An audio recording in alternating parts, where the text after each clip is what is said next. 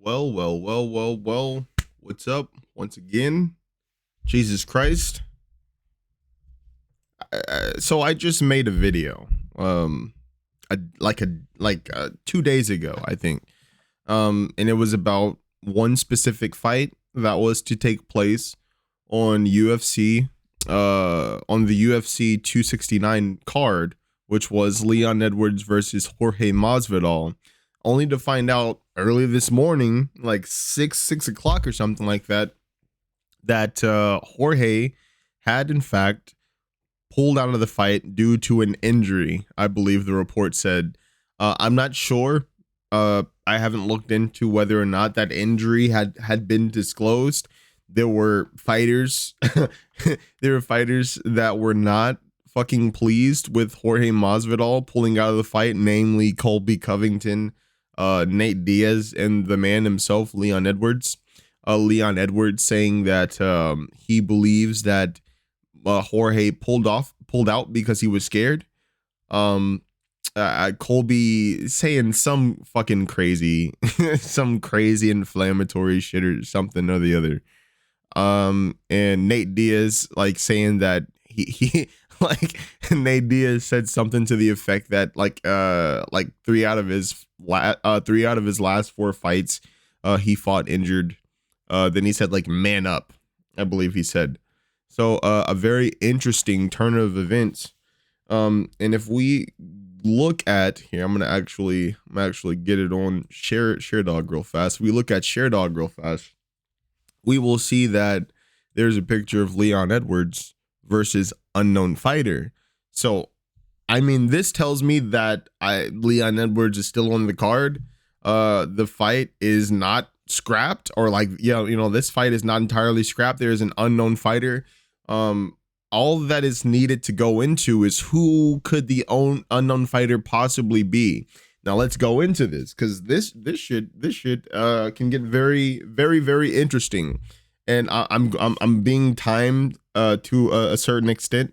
I am downloading on my little fucking Xbox back there the Grand Theft Auto San Andreas Definitive Edition. Yes, it just I guess it's free for Xbox Game Pass, so I figure why not. Gonna fucking go back to 2005, back in the day when I played the game before.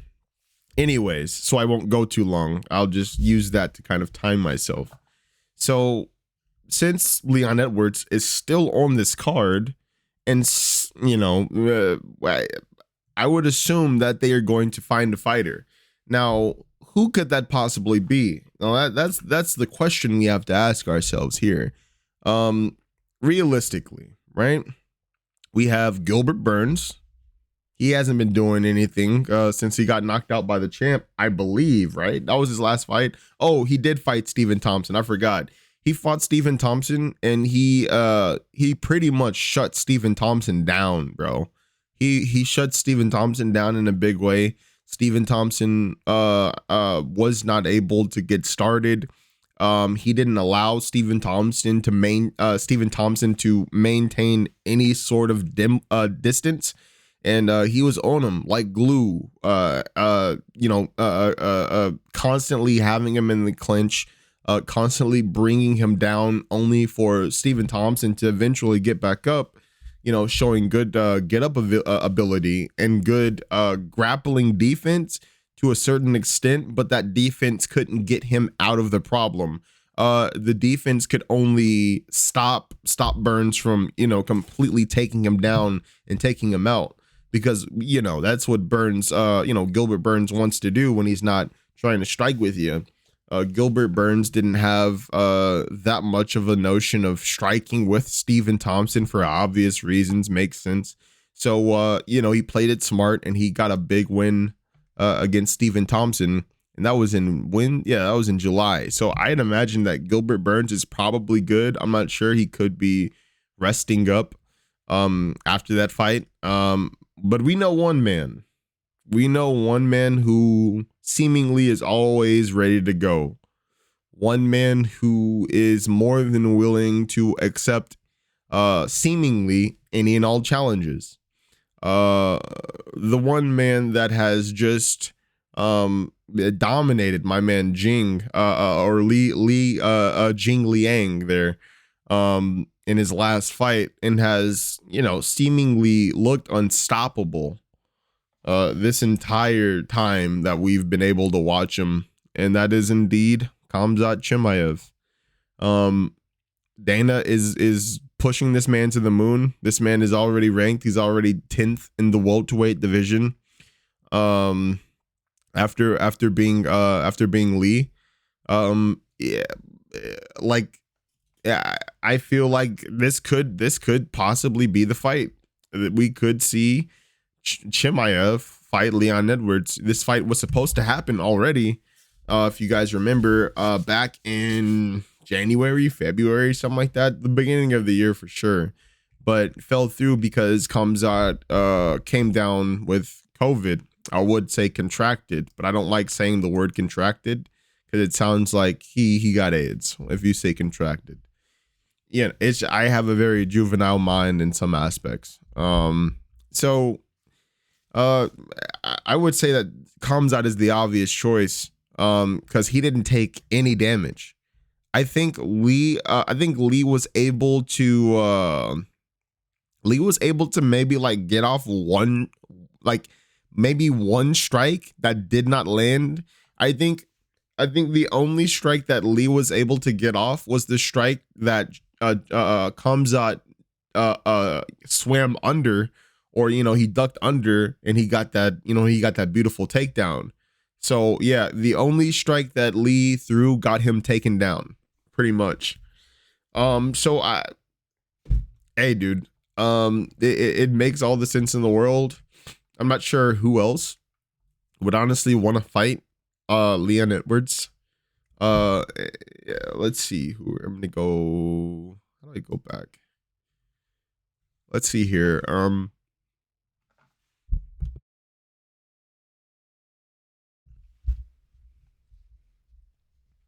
I mean, I'm not really sure who Stephen Thompson last time he fought, but I mean, like, why would Stephen Thompson fight Leon Edwards after losing to Gilbert Burns? That doesn't make any sense. I mean, I'm not sure. When's the last time we saw Vicente Luque?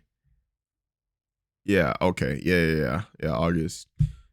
Okay, yeah. I mean, like, I'm not sure what any of these fighters are doing, but I know that there's only one guy that for sure has already like said yes to this fight, and that has to be Khamzat.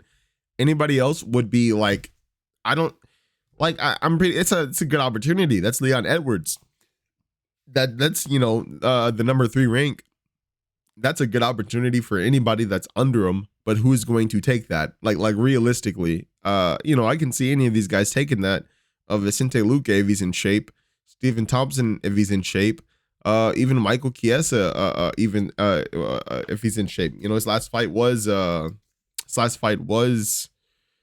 Luque. So I'm sure, you know, but I can't imagine any of these guys fighting Leon on or at UFC 269. But Khamzat Chimaev, to be perfectly honest. I can't see any other fight. I can't see any other fight but Khamzat Chimaev and Leon Edwards. I feel like that is going to be the thing. I feel like that would be very big for Dana. I feel like Dana would be very, very ecstatic with that outcome if he could get Khamzat Chimaev to, you know, to be next to the co-main event, you know. That's going to definitely bring even more people to UFC 269, which is already going to be a ridiculous card. I'm looking at Matt Schnell, Alex Perez, Ryan Hall, Derek. Dude, listen, Ryan Hall, Derek Minner, bro. What in the fuck? A lot of people know Ryan Hall from the famed Imanari role, right? And of course, you know, his illustrious stint in the world of competitive jiu-jitsu. Derek Minner, not many people know this Derek Minner cat. Derek Minner has so many guillotine chokes. I believe it's the guillotine chokes. This man has so many guillotine 22 submissions, most of them guillotine choke.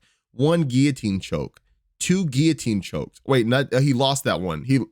The dude lost his first professional fight by a guillotine choke, and he became a guillotine choke machine. So look at that. One guillotine choke, two guillotine choke, three guillotine choke. Where's it at? Four guillotine choke, five guillotine choke, six guillotine choke. Where's that? Guillotine choke. Seven guillotine choke right here. Eight guillotine choke. Nine guillotine choke. 10 guillotine choke. Choked out TJ Laramie, dude. 10 guillotine chokes. This dude is a fucking guillotine fool. I will say that. Looking at his record, people might not be that impressed. People might not care about Derek Minner. You gotta watch out for Derek Minner.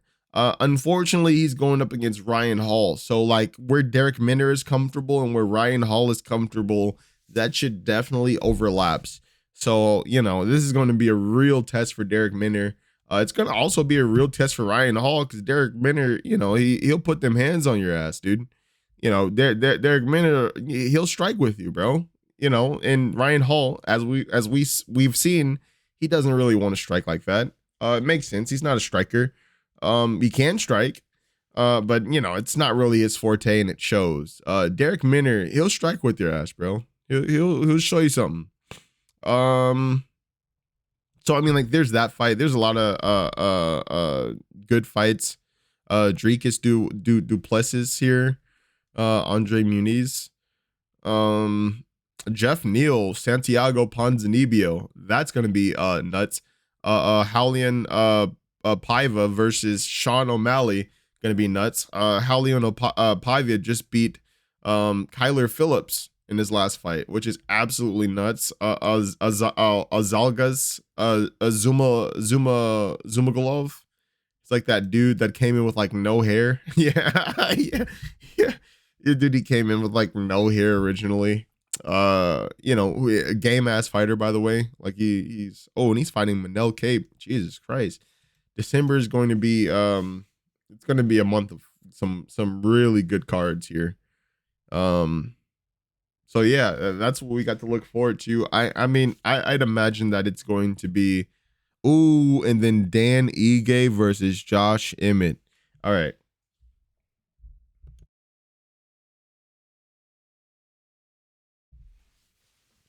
I don't really get the chance to talk about Josh Emmett because he's been out for like a year. He's been out since he fought damn. I forget that, like, the dude just fought. Like he just fought god damn, he just fought Billy Quarantillo. Shane Burgos. So we haven't seen Josh Emmett since he fought Shane Burgos. Josh Emmett is a fucking monster, bro. Josh Emmett reminds me of he reminds me of like a much more technical Dan Henderson. That's who he reminds me of. Like Dan Henderson, but better, you know?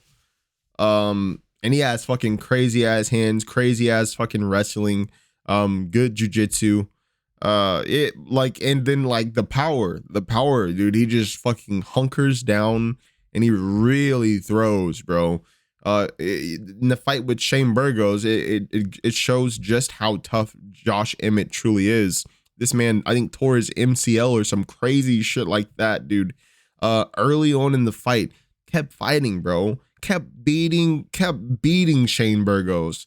I think he just landed on the foot wrong or landed on his leg wrong. Ended up tearing the muscle in his knee. Said fuck it. Bit down and bro, beat the shit out of Shane Burgos. Like, beat him up. Really beat him up. I am really excited for Josh Emmett to be back in that octagon, dude. And like I hope the ring rust, you know, hasn't really formed, and I doubt that it has. You know, I'm pretty sure he's been very active. So like I said, I personally think it's gonna be Khamzat. I can't or Gilbert Burns, because Gilbert Burns and Leon Edwards, they've been going back and forth on Twitter for years, bro. Or like, I feel like years. like on off and on. It's not like an everyday thing or anything like that, but yeah, off and on, dude, they get into like their little spats with one another. That would be a great fight to see too. Leon Edwards versus Gilbert Burns. If Leon Edwards can beat Gilbert Burns, man, I think that that would be a good warm up for a potential fight with Kamaru Usman again. You know, he's knocking on the door anyways. So I guess we're just gonna have to see. Other than that, I will catch you guys later. Thanks for being here, and you know, what do they say? I'll see you in the next one. I believe that is what they say.